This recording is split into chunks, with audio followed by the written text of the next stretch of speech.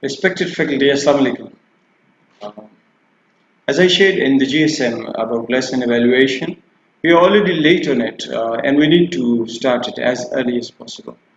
Since I know your commitments and your time and issues that you highlighted, so I thought of talking to you through online or through video messaging. And I think I might continue sharing such videos with you more frequently so that your time is saved. You can at any time you can watch it and you can repeat it. You can you're most welcome to come and visit my office and you can get further clarification or you may come up with better ideas. I would really appreciate. So first of all I'm sharing lesson evaluation form today with you so that you can focus on each and every area because you have the right. Remember, in the modern educational philosophy, gone are the days when people were observed uninformed. It is informed observation. I strongly believe that you should be given time to give your best, to prepare the best possible way, and then you should be evaluated. Rather, I have asked the section head to give all the new teachers or those who are less than 6 months, they should be given drop-in observation. What is drop-in observation? Remember, teachers, these are the terminologies that I will be using with you. This is not purely educational terminology. It's just all about monitoring terminology. Drop-in observation, which is very limited in time, just 5 minutes, 10 minutes. Anyone drops in the classroom and observes and shares the nice things happening in the class or areas where you need improvement. So, for all new teachers and all those who are less than 6 months, I have asked the section head and the vice principal to have few drop-in observations so that before they are formally evaluated, they must have a little bit of knowledge what are the areas they need improvement. Okay, for all those teachers who are more than 6 months or senior teacher, when they will be evaluated, the form will be used. And this is the simplest form, let me tell you. Very few things have been included in it, very basic things that are supposed to be there in every lesson, be it a PS level or college level or junior mid level. I'll explain where there is any variation required. I'll mention that. Okay, don't worry. So now focus on the lesson format. I'll be explaining it. You have the right to know the yardstick, the benchmarks against you will be evaluated. You have a right. Okay, and it is my responsibility to explain the areas and the yardstick and the benchmarks against which you will be evaluated so that you are ready and so that you are prepared. Let me tell you, I want to see you successful teacher because we are teacher community. Okay, I want to see you thriving in your profession. In my all efforts, in my all wishes are with you. Okay, now it's up to you. It's up to each and every individual because there will be few who will be you see going extra mile and few might be just fulfilling the requirement that has been asked. Both are fine with me, but those who go below this and those who are disinterested, that would not be appropriate. Then, as I told you, okay, we need to review why we are in this profession, right? Okay, now please come to let's go to the format. My dear teachers, this is lesson evaluation form. Let me explain it to you. Um, Instead of focusing on the top portion, let's come to serial 1, which is pre-lesson.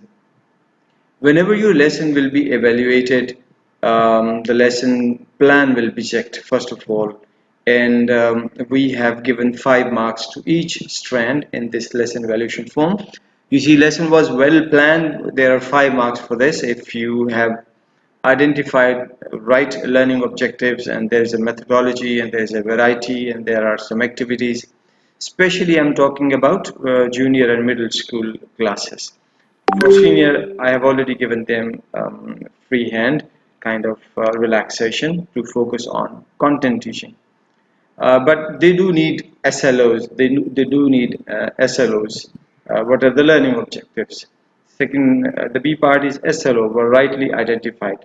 That is again from lesson plan because if you don't plan the learning objectives, you cannot plan your lesson. So you need to decide, predetermine where you want to reach in your lesson. C part is classroom management. Ensure before starting lesson. This is what I talked to you in the GSM that arrange the chairs and similarly see all students are there. They are sitting properly. They have their books in front of them. And there's cleanliness in the classroom. There is no dust. There is no dirt around. I don't mean dust, but classroom management is important before you start your lesson.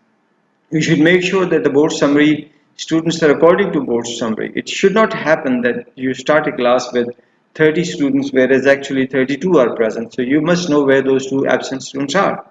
They might be bunking the class. Second is the evaluator will be, I will be, another evaluators will be, and you should also understand what is during lesson. This is the second part, and it has a larger proportion and maximum marks. A part is linked with prior knowledge ensured.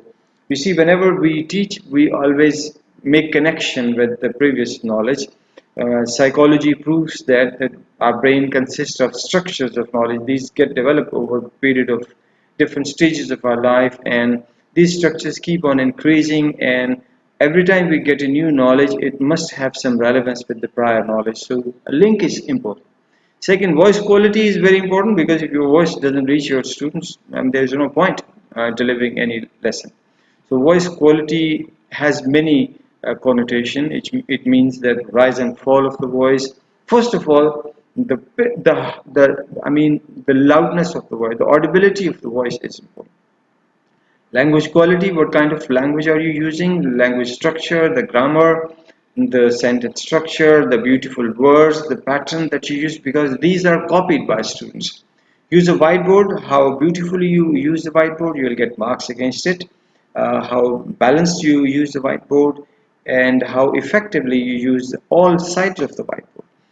Use of effective AVH multimedia. Yes, multimedia may not be possible every day, but once in a while you must use multimedia.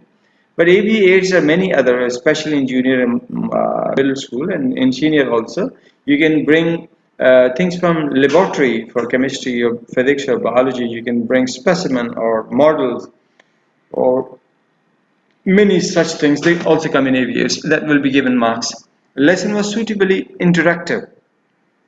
I'm not saying highly interactive, suitably. There should be enough examples of students interaction, teacher interaction with students, and student questioning that should be observed. Higher order thinking, questions asked.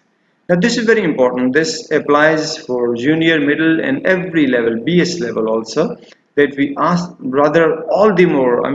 That's the crux of any subject teaching, that we ask teacher, we make them think about things they are being studied. Higher order thinking mean very probing question, or reflective question, or question that require reading between the line, a question that require application of knowledge. That is higher order thinking, where students are supposed to think about, and it should not be simple recall, easy what, when, where type of questions. Okay, it should not be such kind of. It should involve thinking. So that such questions will be assessed, that will be evaluated whether you use it during the classroom, your lesson. Classroom activity was appropriate. This will be checked whether the activity that you use in your classroom is appropriate. Time management ensured, you understand that. Teachers' movements were purposeful. Teachers' movements were purposeful. This is very important. Remember, teachers, you are not supposed to stand at one place, nor are the college or BS level teachers. You need to move around. You see, standing in one place allows ill discipline, allows students' interaction with each other, allows distraction, and they get distracted to other tasks, because when you move, when you reach students, especially whenever there is a likelihood or possibility that few students are talking or creating problem, you just stand close to them and deliver few minutes lesson. Standing over there, they will be all right. They will start working. They open books, because they don't want to be highlighted. Eye contact, gestures and intonation rightly employed, very important. Our eye contact with every student is must. Gestures and intonation, the rise and fall of the pitch of voice and the gestures, they should all be appropriate. The last thing is post lesson. Once you have delivered your lesson and you are near the closure, then lesson was properly assessed. Every lesson is to be assessed, be it any level, college or BS level.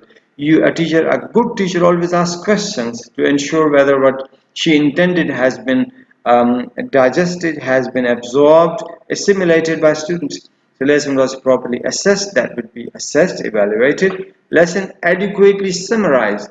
We as all good teachers, all good speakers, they summarize their talk at the end. Homework quality and quantity, what homework quality quantity you give, it should also be, it will be evaluated. It is the quantity, remember, sorry, it is the quality that matters, not the quantity. We should always give smart work because students have social life. They must, they must enjoy their social life. They must play. They should not be, completing the homework all the time, going to tuition centers and stuff. There should be smart homework, quality homework, less homework. Teacher's self-reflection was professional. I think at present you don't have self-reflection probably in your lesson planner, but that needs to be there. I'm soon going to make certain changes in your lesson planner. That at the end of once you are done with your lesson and you leave the class, so during the whole lesson, your reflection are very important. Very important. That what went on in your mind during the lesson. What did you think went well, and what did you think went unexpectedly, or what would you do differently if you have to, if you are supposed to teach the lesson again? How would you do it differently? That is lesson self-reflection. Finally, the evaluator will give you general comments based on overall. It can be your strength, it can be the general areas where you need to improve, and then I would advise all of you to give your response. To, simply stereotype. Thank you. I will follow rule and the kind of stuff. No, you can give your point of view also. You can disagree. You see, I need and I wish and I aspire to create a climate of negotiation. It should not be autocratic. It should not be, the marks given are given and nothing you can negotiate. I may be wrong. My other heads or vice principal may be wrong. We need to negotiate with each other. We need to listen to the teachers, and you are free to give your point of view, to clarify things, because sometimes we don't get your perspective, and sometimes there is a bias element also. So that's why teachers response is important, but be positive. Okay, it doesn't mean that you should come into kind of contradiction, kind of argument, or any conflict. It shouldn't be there. But do give your point of view if you think you need to. These are the lines for that, right? So by doing this, I'm sure all those teachers, my friends, my colleagues who want to improve in life, who want to develop in their profession, it is just to begin with. There will be, with the passage of time, and we get along, we go by, with the passage of time, we'll evolve a lesson plan which will have more areas to focus and develop. These are the basic things that I have included. I hope you would appreciate it. I hope explaining these areas would help you score better and develop yourself better in your lesson, you see, enactment, in your lesson delivery, right? Thank you.